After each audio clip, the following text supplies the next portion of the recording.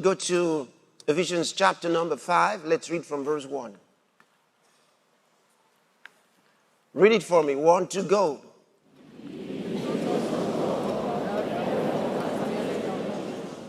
Read it again. Be ye imitators of God. Imitate God.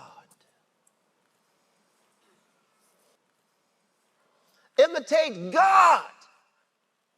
Act like Him. Why would He ask you to act like God? Because you can. If you couldn't, He wouldn't ask you to do it. God will never require of you to do something you couldn't do. So He says, be imitators of God. Act like Him. Act like God. Oh, wow. Because you've got His life. You've got His nature. Now that you're born again, you're born that way. You're born with His nature. You can act like God. Put it back up. This time use the King James, chapter 4, Ephesians, and then verse 24.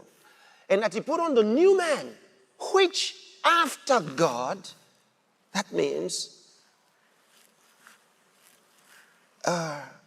in God's likeness, is created in righteousness. Notice that. You're not trying to attain righteousness. This new creation doesn't need to attain righteousness. He's created in righteousness. You have a nature of righteousness. This is the way God sees you. You have that nature. The nature that can approach God. The nature that recognizes God. The nature that is in fellowship with God. The nature that is in oneness with God. Hear this. A sinner cannot imitate God. It's not possible. If he could, he would have never needed salvation. We trust you were blessed watching this video.